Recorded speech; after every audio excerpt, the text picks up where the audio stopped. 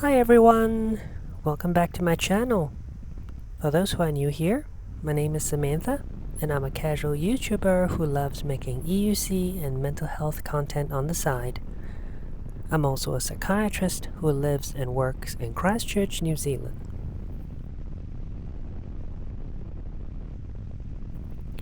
If you've been following my progress, you would have known I've been on a long distance tour across the South Island of New Zealand lately. Today, I'm sharing some additional footage from that tour because I couldn't fit everything into my previous video. More importantly, I wasn't out riding and filming this weekend because my muscles deserve a break. Furthermore, New Zealand was hit with heavy rainfall after my trip, leading to flooding in several areas. I didn't want to test my luck by riding in a bush when it is pouring outside. Good thing I had additional footage. Otherwise, I wouldn't be able to bring you any videos this week.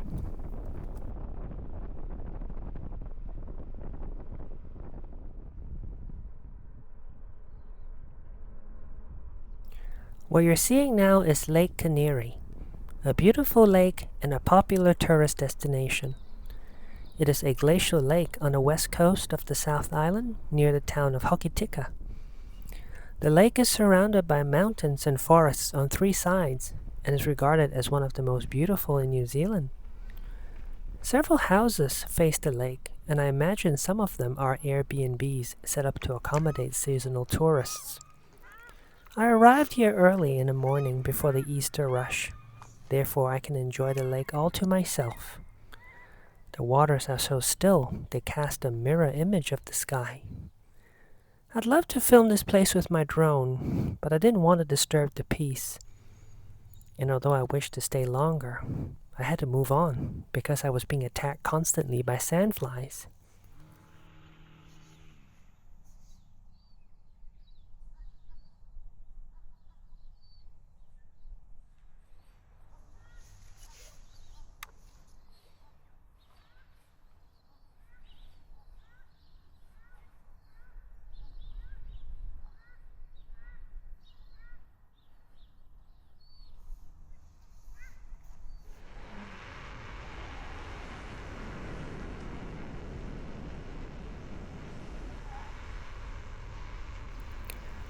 But before leaving Lake Kaniere, I'm going to take you on a ride into the woods surrounding the lake so we can visit a waterfall called Dorothy Falls.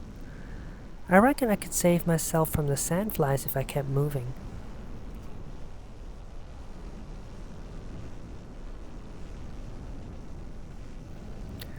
For today's discussion, I want to address a viewer's comment that's been living rent-free in my head from a previous video I made about keeping secrets.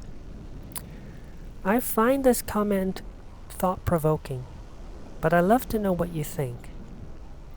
Long story short, I was recently pulled over by the police for riding my EUC on the road in Christchurch. I have since altered my riding habits and opted to film myself riding off-road to avoid putting more incriminating evidence of myself online. I did this with a heavy heart because most of my favorite spots are only accessible by road, which I can no longer show you. But that also meant I had to upskill myself by riding off-road, which I wasn't very good at. A viewer commented that I lacked the courage to object conscientiously. Instead, I chose to break the law in secret.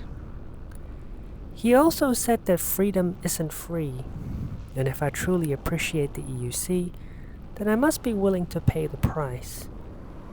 I'm not sure what he was implying, but I suspect he wanted me to flout the rules by posting videos of myself riding freely and openly on the main road, even though my recent touring videos certainly proved that I'm still very much doing that.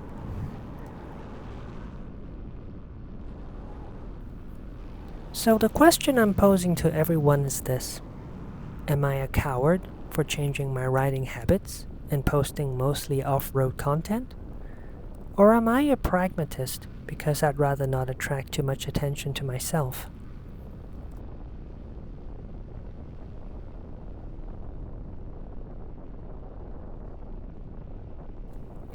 Now, There is no doubt that being pulled over will make for very engaging YouTube content. So far, one of my most viewed videos is the one featuring the police doing just that. But what I neglect to mention is the emotional toll it had on me after that incident. Breaking the law is not something I aspire to do, because I am essentially making enemies with the state, which could subject me to needless hardship. I still panic whenever I see a police car on the road, and often slow down or even pull to the side to allow it to pass. I despise riding this way, not because pulling aside is difficult, but because I am made to feel bad or deviant for simply doing what I love without causing harm to anybody. However, the alternative is to ride with a callous disregard for the police and risk another encounter, which may result in a ticket or the impoundment of my wheel. In other words, I am forced to choose between my values and my EUC, which is a tough pill to swallow.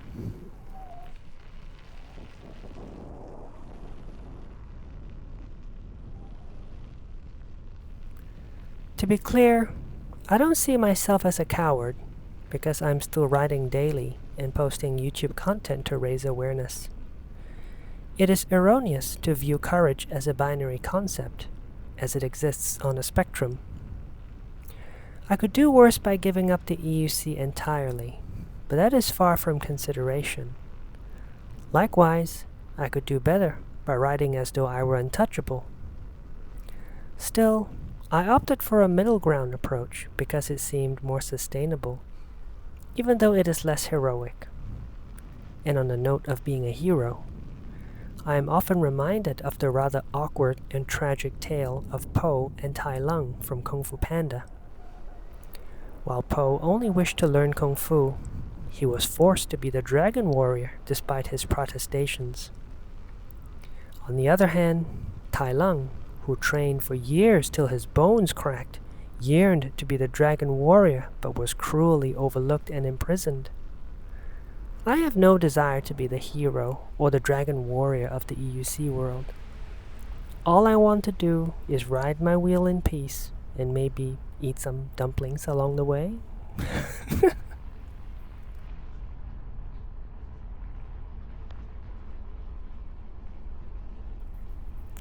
However, I am acutely aware of the message I'm sending to other EUC riders, particularly those joining us for the first time. Perhaps my greatest sin is to encourage shadow riding when more open riding is needed to build awareness. But if history serves as an accurate guide to our future, then anything that is considered mainstream today often begins as a safely guarded secret. For example, there was a time when people would see a therapist in secret to avoid the stigma of being labeled mentally ill. But therapy is commonplace today because it is broadly recommended to anybody suffering from emotional distress.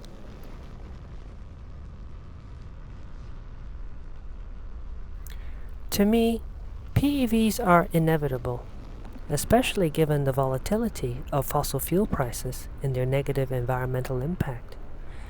Therefore, I'm confident that a slow-moving revolution is already in place. Now is the time to appeal to a broader base of potential EUC riders by encouraging them to ride safely in the shadows to start. And when the time is right, we shall all reveal ourselves to the public as an unstoppable and unignorable force. To be clear, I'm not advocating for faster or slower wheels. You can ride in the shadows on a tiny Bigot A5 or the colossal Leaper Kim Oryx. Just make sure you don't get in trouble with law enforcement.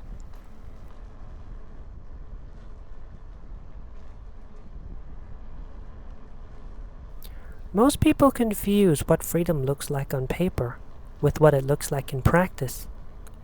It is cheap to talk up a revolution, but nobody wants to stand in the line of fire.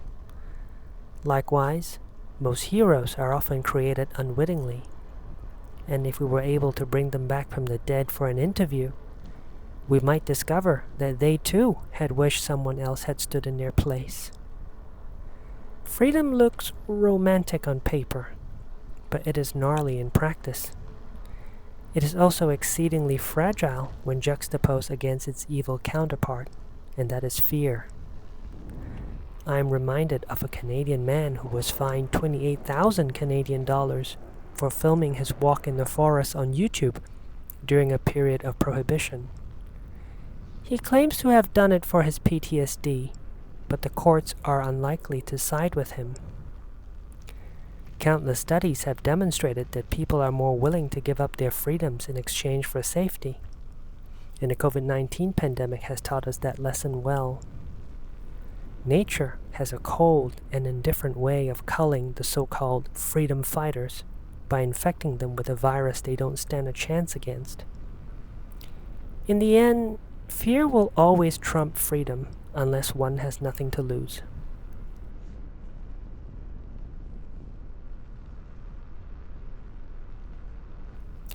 Then again, freedom and fear are not binary concepts. I can tolerate a certain amount of fear and overlook certain infringements on my freedom as long as I know change is possible. There is a psychological phenomenon known as learned helplessness, whereby individuals feel powerless to change their circumstances after repeated failures. They stop trying to improve their situation even when the opportunity for change arises.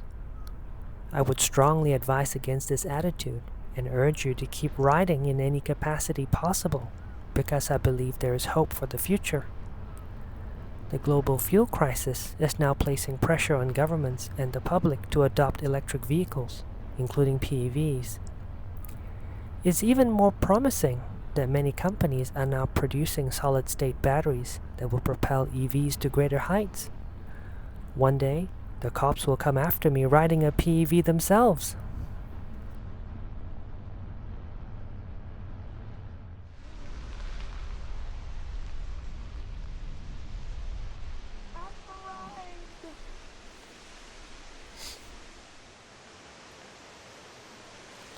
So, to wrap everything up, I want to say that there is more than one way to demonstrate courage and practice freedom in the face of oppression. Whether you enjoy a quiet ride in your backyard, cruising down the highway at 80 miles per hour, or doing anything in between, we are all doing our part in keeping this dream alive. So be yourself, do what you love, and don't cause harm to others. And above all, don't give up hope. Do all that, and you're already a hero in my books. But what do you think? Am I being a coward for breaking the law in secret?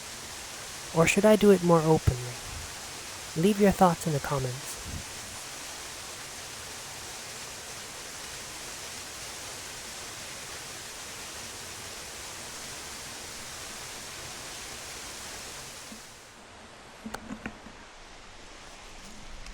I want to thank all of my regular viewers for tuning in weekly. It means a lot to me reading your comments. Unfortunately, I might not upload any videos next week due to the lousy weather. Still, I will do my best to come up with something. And for the speed demons out there with your P6s, please be careful on the road, especially when you're racing cars. Remember, it's not about miles per hour, but smiles per hour. Ride safe out there, and I'll see you in my next video. Bye! When the night has come and the land is dark and the moon is the only light we'll see. No, I won't be afraid. Oh, I won't be afraid. Just as long as you stand by me. So darling, darling, stand by me. Oh, stand by me. Oh, stand by me. Stand by me. If the sky that we look upon should tumble and fall, or the mountain should crumble to the sea. I won't cry, no, I won't shed a tear, just as long as you stand by me. And darling, stand by me. Oh, stand by me. Oh, stand now. Stand by me. Stand by me.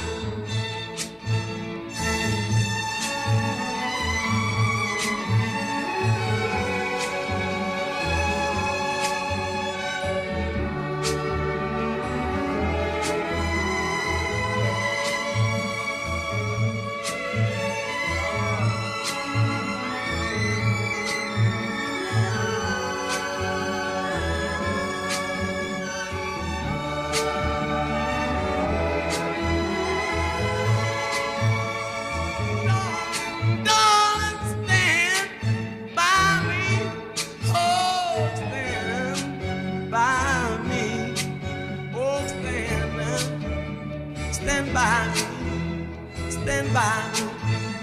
Whenever you're in trouble,